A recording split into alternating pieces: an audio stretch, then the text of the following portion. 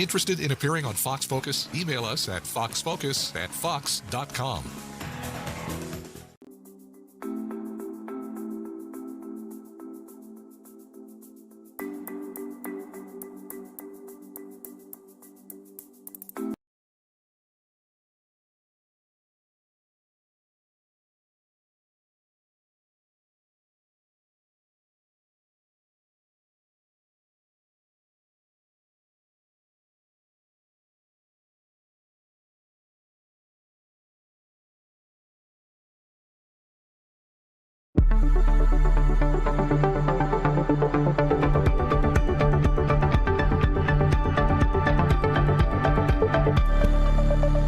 Hi there, everybody. Welcome back to another episode of Wisconsin Weather Experts on this Monday. Right off the bat, I'll just tell you all that we are watching some storms off towards the west. Right. They'll likely roll in here maybe the next 45 minutes or so, and we'll keep you updated if they strengthen. Yeah, if we get severe thunderstorm warnings in the middle of something else, we'll obviously break into that. This is a weather first show, so we're going to continue to have weather on the weather show no matter what happens here today. But we've got a lot to talk about. In fact, I want to take you back almost a full century. It's hard to believe, but back in 1926, the Weather Bureau pulled off the very first weather map ever sent by radio. I know that sounds weird. They mean radio waves, not on a radio, right? They didn't describe it to the guy on the other end. They used an invention from C. Francis Jenkins. He was actually one of the pioneers of television. A hand-drawn map was turned into a photo negative, scanned with light, then converted into radio signals. So on the other end, a special machine was recreating the map line by line with dots and dashes. That sound familiar to you? It's like a fax machine, right? The process took nearly an hour and the result looked pretty rough. This is an example of one of those. It's not the one, just to be clear. But it did work, and it opened the door to fast, full-color weather maps like we see on TV and on our phones right here in this day and age. And what would we do if we did not have weather maps? We wouldn't be able to do our job. That's right, and transmitting them was key too to the war effort and of course communication, because it's great for one meteorologist somewhere in a weather bureau to know this, but if you can't tell the world, then it really is kind of inconsequential. So there you go. Today, back in 1926, almost a full 100 years ago. And here we are, almost 100 years later, dealing with a lot of flooding on our maps. Yeah, and so we're still, of course, covering everything we dealt with last weekend, but even this past weekend, there were some communities out west that dealt with some heavy rain. But just over a week has passed now since the historic rainfall that led to dangerous flooding across southeast Wisconsin. This morning, people are still cleaning up their homes, cars, yards, and of course, asking for help. Yeah, for West Bend neighbors on North 16th Avenue, the flooding not only damaged basements, but also structures, leaving the safety of some homes up in the air. Neighbors say the area had issues with groundwater and standing water in the past, but they tell us many are not able to get flood insurance because of where their homes are. Our entire yard is essentially in that floodplain. However, because it doesn't cross the dwelling specifically, we don't qualify for flood insurance. All right, so neighbors say they've been waiting for any help from representatives. We've reached out to the county executive, Josh Schoman. He says he's working on ways to offset the costs that neighbors have footed for cleanup and temporary living situations. He also says he's hoping to have a structural engineer out in the neighborhood this week. Flood insurance for a home is a very interesting situation because sometimes you qualify, sometimes you don't qualify, sometimes it's optional. For a couple of years we owned a small property along the river, and like that woman described, the floodplain came up into the yard, but it didn't come up into the house. So while we could have, in our case, can't speak to her case, but in our case, we did the option. It's kind of tough to, like, as a homeowner, be like, well, if I don't have to spend the extra hundreds of dollars, I'm not going to. And I'm sure a lot of people have made that decision, whether they're on a 500-year floodplain or whatever the case may be, and step back from it if it wasn't required. And now I think it's going to change our entire relationship with that industry and with the concept of flood insurance. Exactly. I mean, it's just so expensive, too. It can be very expensive, That's what I just can't get past, how it's not even possible for some people to even think about something like that. So it's a very tricky subject, and unfortunately we dealt with the worst of it a weekend ago, but now every single time it rains, this is going to be in the back of our minds. Sure, we're going to have a little bit of, PTSD, if you will. We're going to have, it was a traumatic situation. We're going to have a reaction to flooding and flash flooding for quite some time. It's going to change the mental image of what we think of when we talk about flooding. Now, on that topic, we have a deep dive into flash flooding and a little bit of guidance from Chief Meteorologist Tom Wachs. Well, let's talk about the rainfall over the weekend and the rain that's yet to come. This is a map of radar rainfall estimates from the rain on Saturday. And what do you notice here? First of all, the heaviest rain was in our western communities. In some places, over 2 inches of rain. We also had a heavy swath of rain around West Bend and in northern Ozaukee County as well. But what do you notice here? Look at hard-hit Milwaukee from just over a week ago with all the flash flooding. Less than 0.2 of an inch of rain at Mitchell International. You talk about getting lucky here that we did not get in on the heaviest rain in Milwaukee and even in Waukesha. Even though we did have some heavy rain in Waukesha County, the heaviest stayed off to the west in parts of Jefferson, Dodge, and Fond du Lac counties where the ground can handle that much more than, say, in Waukesha and Milwaukee, where we were so hard hit, again, just over a week ago. What does this mean? Well, this means that we are in a lot better shape now in Milwaukee. I was very concerned on Saturday because if this batch had come over Waukesha and Milwaukee with several inches of rain, it really would have set us up for even worse conditions for our Monday. So Sunday, of course, we had a dry day, and that was huge. Dry across the area to continue to dry up here, including in our western communities, of course, that were hard hit on Saturday.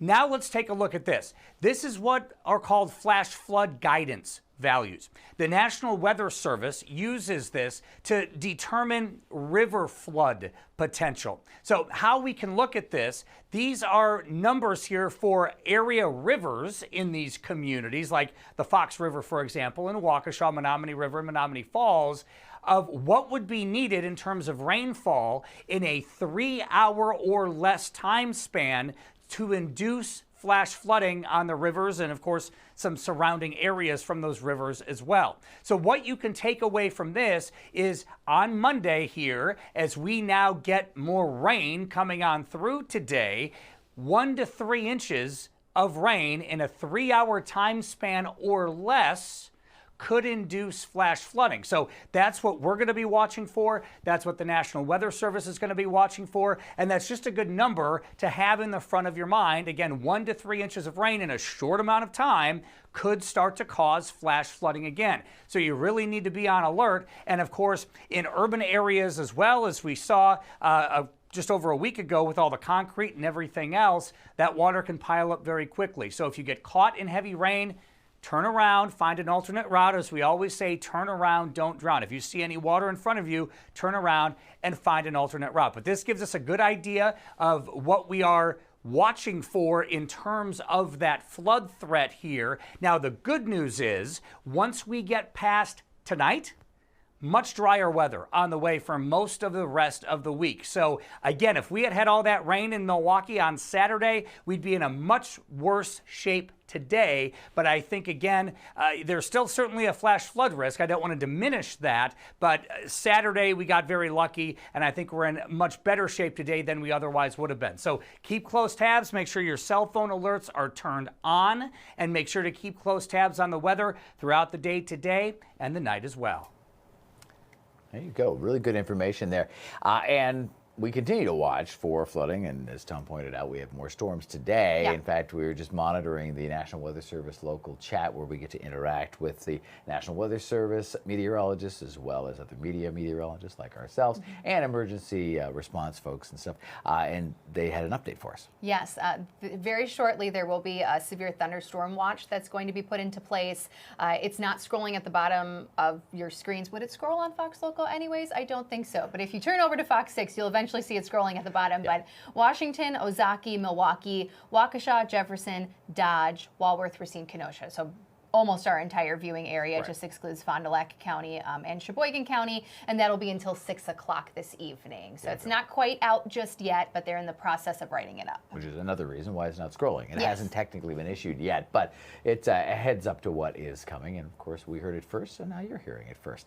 Let's get into this, though, because it will be an interesting day. Yes, and honestly, this is getting a little closer to Jefferson County. There is one active severe thunderstorm warning near the Madison area and eastern Dane County.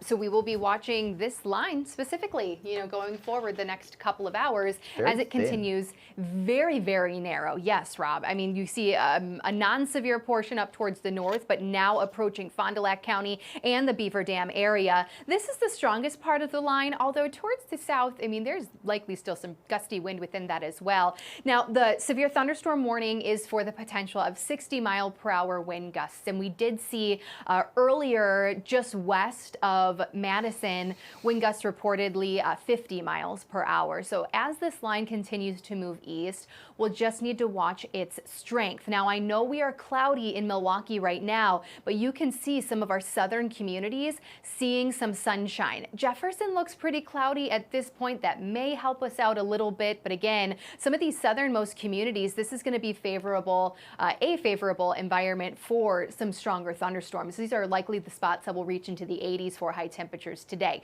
So just one active warning at this point, but we will need to watch this narrow line as it continues to move east. So just a rough track on this for you. If it continues to move at its current speed, which is about 35 miles per hour, it's still going to take a few hours. You can see Lake Geneva maybe just after 1:30, potentially not until around 2 o'clock for the Milwaukee area. So next up, once again, is going to be parts of Jefferson County, and then of course the non-severe part up towards the north now impacting western Dodge as well as western Fond du Lac County.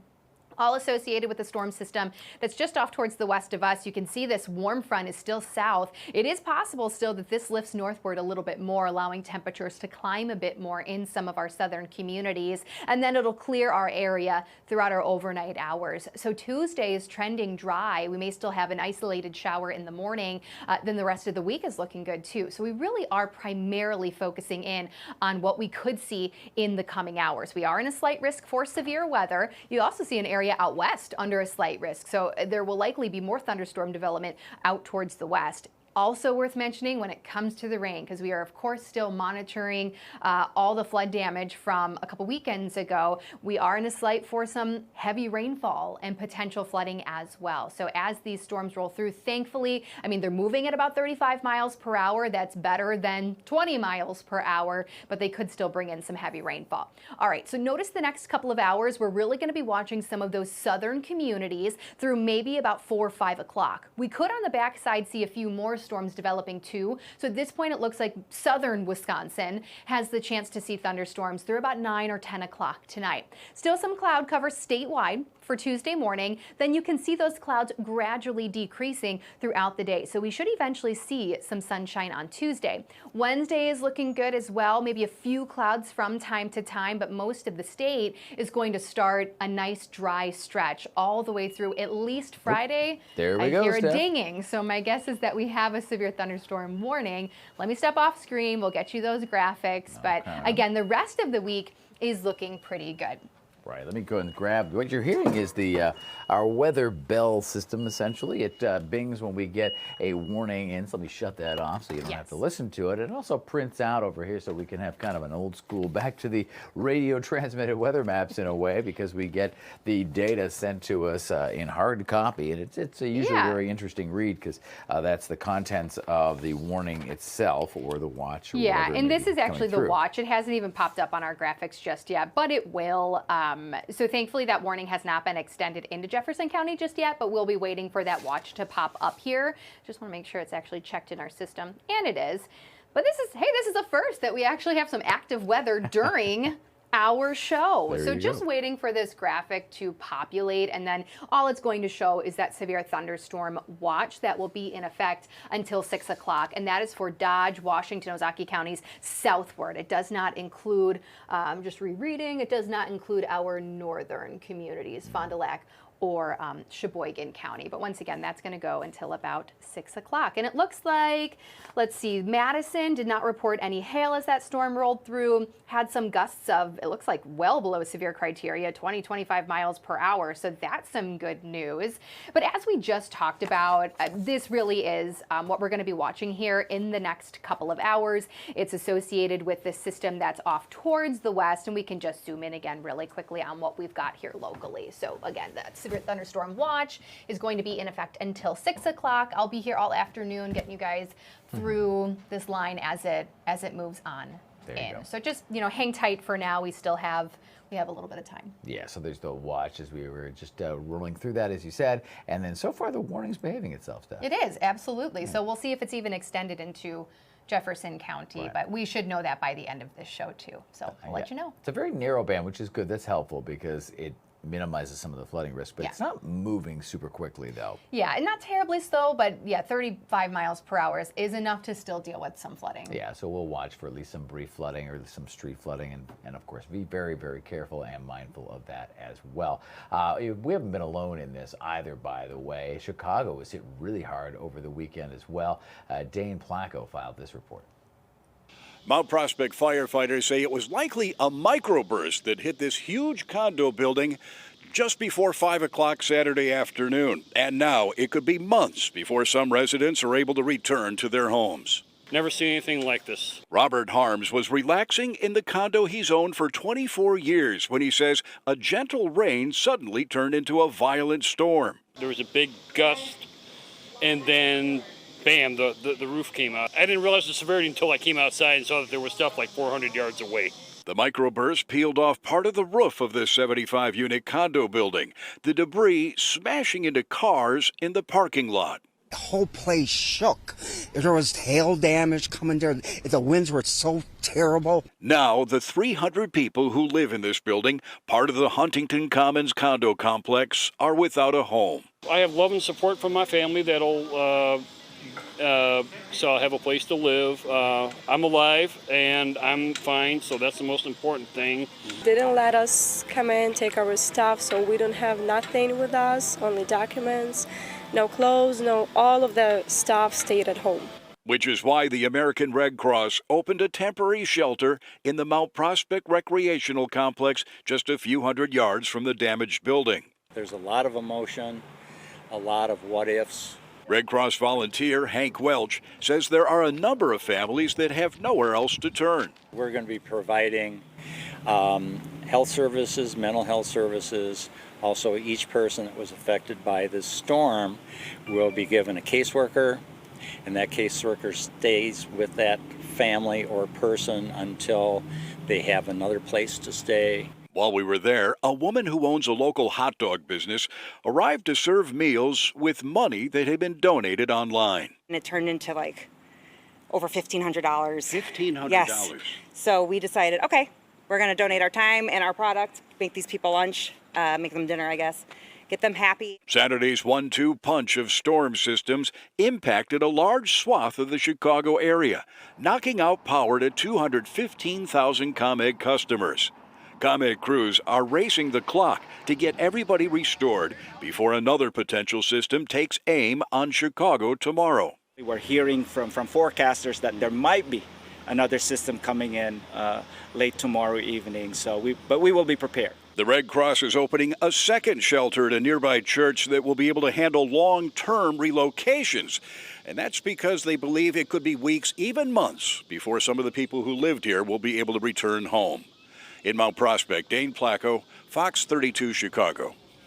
Amazing video. That incredible damage. Tree, that microburst, the roof damage there. Thank you, Dane. And we've got a busy day here. Again, we've got that watch for you, right? Yeah, so everybody in pink here. So all of southeast Wisconsin, excluding Fond du Lac and Sheboygan, severe thunderstorm watch until 6 p.m. We'll be right back.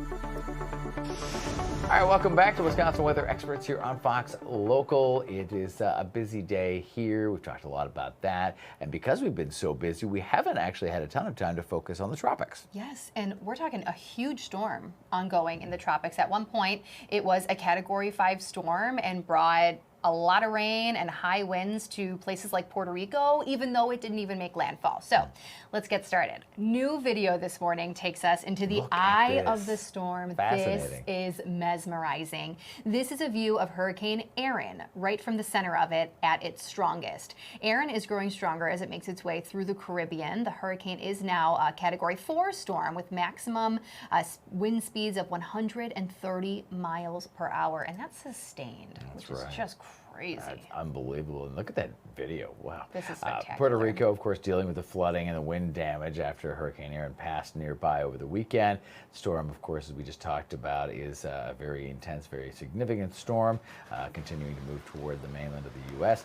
Likely won't hit directly with lots of rain. Dangerous surf can be expected in the Carolinas, and dangerous surf also impacts things that float on the water, right? Absolutely, and we're talking cruise ships. So Royal Caribbean's Vision of the Seas ship was heading to Bermuda from Baltimore, but had to divert to the Sunshine State. The cruise ship docked yesterday. According to the cruise line, they communicated the changes to guests quickly, but passengers say they were still left scrambling to make new plans. I mean, you got to do what you got to do. Right, you can't be sailing into a hurricane, but I also understand the frustration of some of the passengers. Yeah, you expect to be, docking in Bermuda, and you end up in Miami, which is still wonderful. That's true. But very different. So there you go. Yeah. Now, what's the latest with the National Hurricane Center? Sure. Well, this is satellite imagery of the storm, so you can still see just how strong it is. Even at this hour, at earlier loops, you could still see that clear, defined eye. Is it going through a rebuild cycle, probably? Yes, because it was a Category 5, and then it weakened as it got a little closer to land. It did not make landfall, but then now it's strengthening again as it's still in some of that really warm water. So back to a Category 4 storm. It looks like wind is actually now up to 140 miles per hour, so a sign that it continues to strengthen.